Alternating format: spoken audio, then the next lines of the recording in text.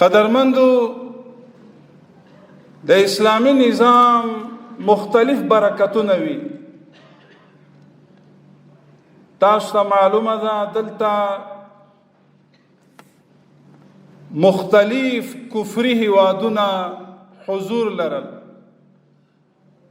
خو موږ او تاسې میلیونونه معتادین درلودو.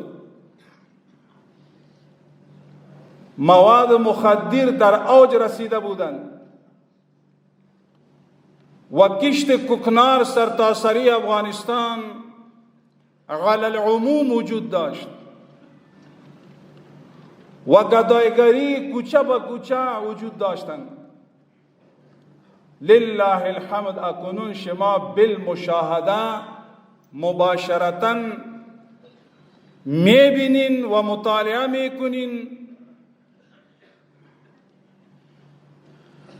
تمام معتادین جمع میشه از طریق نظام اسلامی و امارت اسلامی.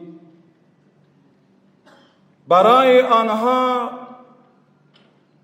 با تعلیم و تربیت دانشگاه و تربیتگاه و ورکشاپ ها تربیت و ترتیب میشه.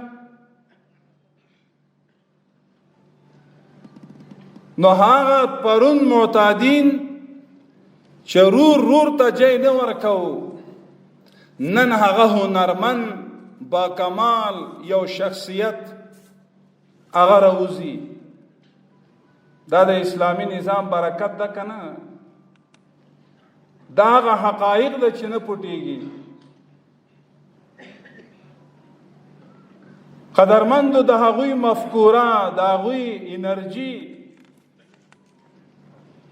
مکمل نماز نه ختم شوی. نن الحمدلله هغوی ته تربیت، اصلاح، د دین ضروریات او امور نه خبردار شل او نن د جامعې د پاره، د ټولنې د پاره سبب د اصلاح ګرځي.